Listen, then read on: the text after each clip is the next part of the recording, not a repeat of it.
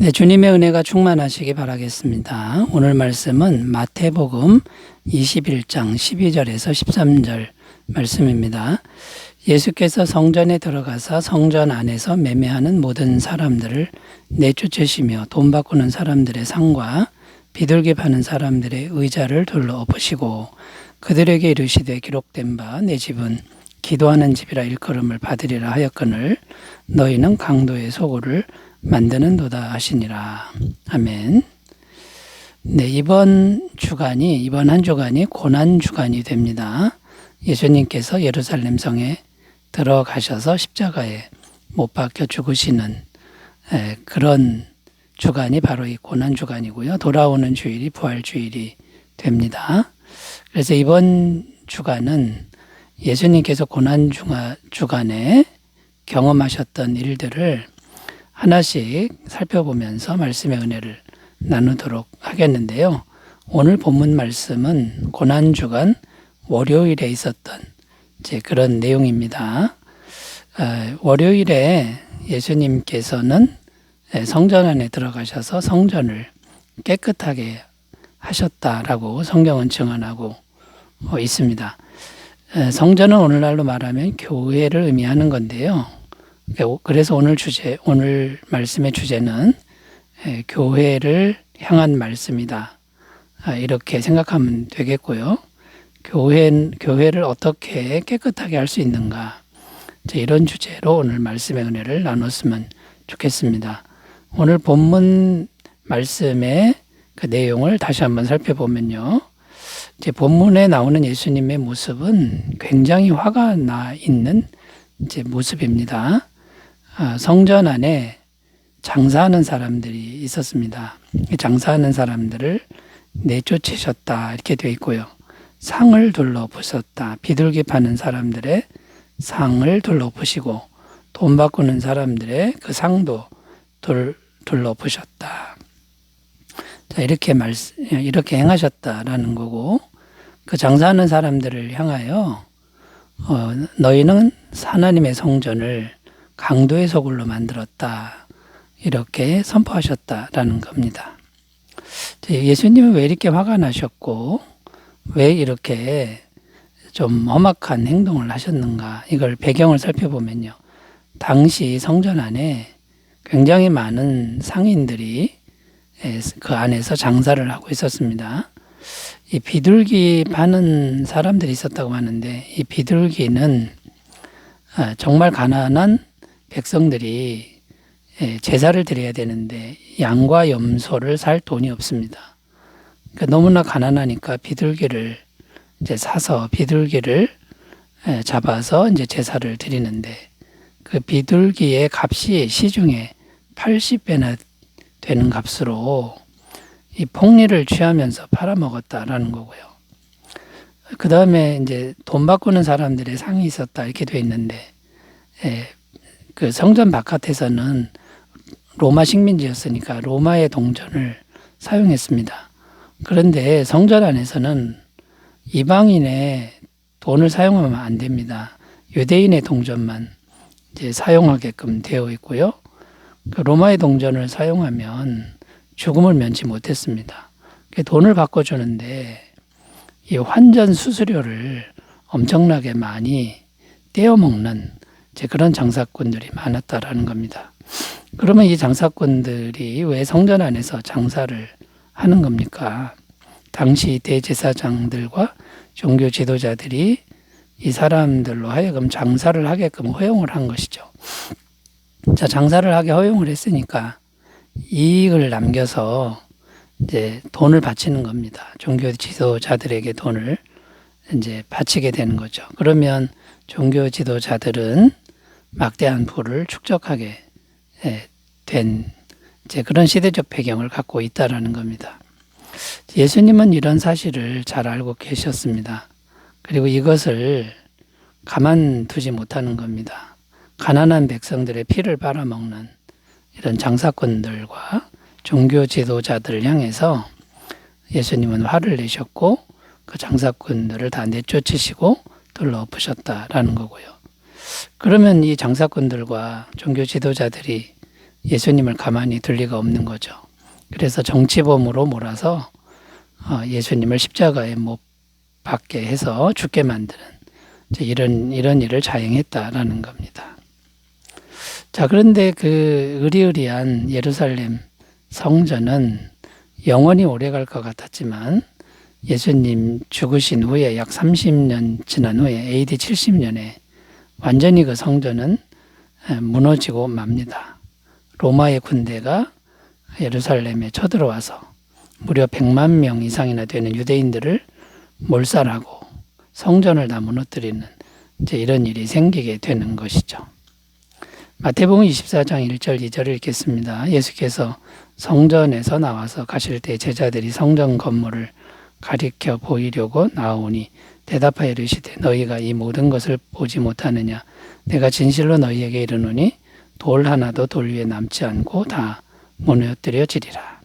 예수님이 예언하신 말씀인데 그대로 성취가 되었다는 것입니다. 자, 이제 오늘 말씀에서 우리에게 주시는 하나님의 마음은 무엇입니까? 성전은 거룩하지 않으면, 깨끗하지 않으면 무너진다, 없어져 버린다. 이런 메시지를 우리에게 주고 있다라는 겁니다. 그러면 오늘날 성전은 교회인데 교회도 마찬가지라는 거죠.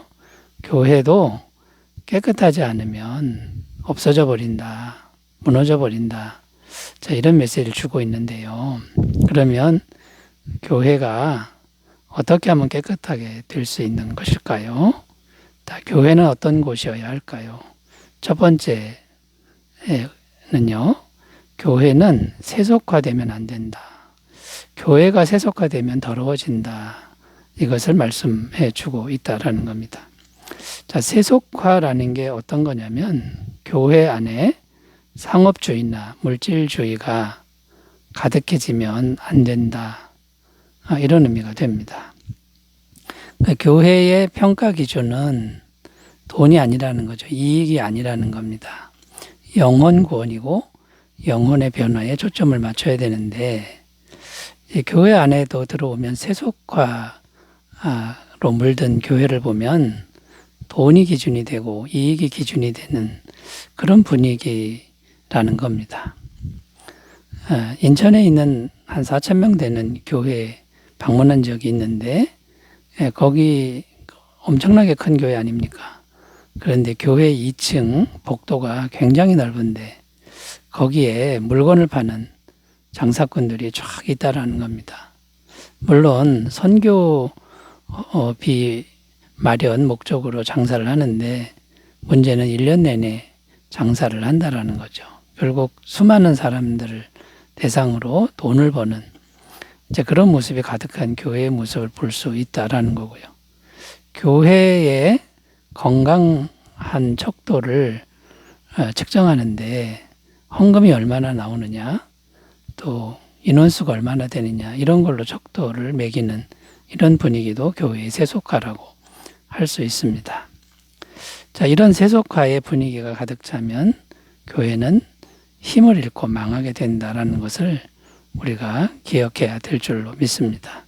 자, 그러므로 여러분, 이제 돈을 많이 버는 게 목적이 아니라 돈을 많이 써서 헌금을 많이 사용해서 한 영혼이라도 더 복음의 말씀을 듣게 하고 영혼의 진정한 변화가 있도록 거기에 초점을 맞춘다 그러면 교회의 세속화는 막을 수 있게 될 줄로 믿습니다. 우리가 다 같이 한 영혼, 그 한 영혼에 집중하는 그런 모습으로 나아갔으면 좋겠습니다. 자, 두 번째 생각해 보겠습니다. 교회는 어떻게 하면 깨끗해질 수 있을까요? 두 번째는요, 교회는 기도하는 곳이어야 한다라는 겁니다. 자, 오늘 말씀에도 보면 예수님께서 화를 내시면서 이렇게 말씀하십니다. 이사야 말씀을 인용하시는데 내 집은 기도하는 집이라 일컬음을 받으리라 하였거늘 너희는 강도의 소굴을 만들었도다. 여기 보면 성전은 기도하는 집이어야 한다. 이렇게 말씀하는 것이 보입니다. 자, 기도하면 어떤 일이 생깁니까? 성령의 임재가 충만해지죠. 하나님의 영의 임재가 충만해지고 인간의 정욕과 탐욕이 다스려지는 거룩한 영적 분위기가 형성된다라는 겁니다. 자, 그런데 장사꾼들이 들어와서 어떻게 된 겁니까? 돈을 벌기 위해서 가난한 사람들의 피를 빨아먹는 강도 같은 그런 집을 만들어 버렸다라는 겁니다. 자, 여러분, 교회가 깨끗해지는 길은 장사를 하는 게 아니고 이걸 멈춰야 되고 오로지 기도에 힘쓰는 이 일을 해야 된다라는 겁니다. 오로지 기도에 힘쓰는 집을 만들어서 성령의 임재가 충만한 그런 교회를 만들 때 하나님의 성전, 하나님의 교회는 깨끗해질 수 있고 생명이 충만한 곳이 될 수 있다라는 것입니다. 자, 세 번째로 가보겠습니다. 교회는 어떻게 하면 깨끗해질 수 있을까요? 세 번째는 교회는 예수님의 부활의 능력을 경험하는 곳이 되어야 된다라는 겁니다. 이 부활의 능력을 경험하는 곳이 되어야 된다라는 건데요. 오늘 말씀 다 읽지는 않았습니다만 성경을 조금 더 읽어보면 맹인과 저는 자들이 성전에서 예수께 나오매 고쳐주시니 이렇게 말씀하고 있습니다. 장사꾼들을 다 몰아내고 예수님이 성전에 이제 계셨습니다. 오늘날로 말하자면 예수님이 교회 안에 주인으로 계시는 거고 충만하게 계시는 걸 의미합니다. 그때 장애인들이 나와서 예수님의 권능을 체험합니다. 그 불치병이 낫는 역사, 기적이 일어나는 그런 은혜를 경험하게 되는 거죠. 자, 이런 예수님의 권능은 죽음의 권세를 정복한 권능입니다. 부활의 권능이라고 할 수 있습니다. 자, 그러므로 여러분, 오늘날 교회가 깨끗해지려면 교회는 세상의 권능이 아니라 세상의 힘이 아니라 이 신적인 하나님의 권능, 죽음을 삼키는 부활의 권능이 충만해져야 된다라는 거고요. 이 부활의 권능을 경험하는 곳으로 만들려는 이 목표를 가지고 교회를 잘 가꿔야 된다라는 것이죠. 자, 그런데 여러분, 오늘날 이 교회는 건물이 아닙니다. 교회는 사람을 의미하는데 예수님을 구주로 믿는 사람, 그 사람의 마음이 진정한 성전이고 진정한 교회가 되는 것이죠. 자, 그러면 여러분, 우리 마음 안에 장사하는 거, 이익을 남기는 거, 명예와 탐심 이런 것을 자꾸만 내려놓고 성령의 능력을 충만하게 구하는 삶이 되시기 바라겠습니다. 자, 마지막으로 한 가지만 더 살펴보면요. 교회는 어떻게 해야 깨끗한 곳이 되는 것일까요? 어린아이와 같은 순수한 찬양이 충만한 곳이어야 된다. 순수한 찬양이 충만한 곳이어야 된다라고 말씀하고 있습니다. 이제 말씀을 한번 읽고 생각해 보겠습니다. 예수께 말하되 그들이 하는 말을 듣느냐? 예수께서 이르시되 그렇다. 어린 아기와 젖먹이들의 입에서 나오는 찬미를 온전하게 하셨나이다 함을 너희가 읽어본 일이 없느냐 하시고, 이 어린아이 같은 순수한 찬양이 충만한 곳, 이 순수한 찬양이 충만한 곳이 되면 교회는 깨끗해진다라는 거고요. 이러한 순수한 신앙, 순수한 마음, 교회에 오면 이런 것이 있는 그런 모습을 만든다 그러면 어떻게 하나님이 떠나시겠습니까? 언제나 충만하게 임하게 될 줄로 믿습니다. 자, 여러분, 우리가 우리의 교회 또 우리의 마음을 정말 깨끗하게 잘 가꾸는 고난주간이 되시기 바라겠습니다. 기도합니다. 하나님 아버지, 오늘날 교회와 우리 마음을 거룩하게 잘 가꾸게 하옵소서. 예수님의 이름으로 기도드립니다. 아멘. 좋은 하루 되시기 바라겠습니다. 감사합니다.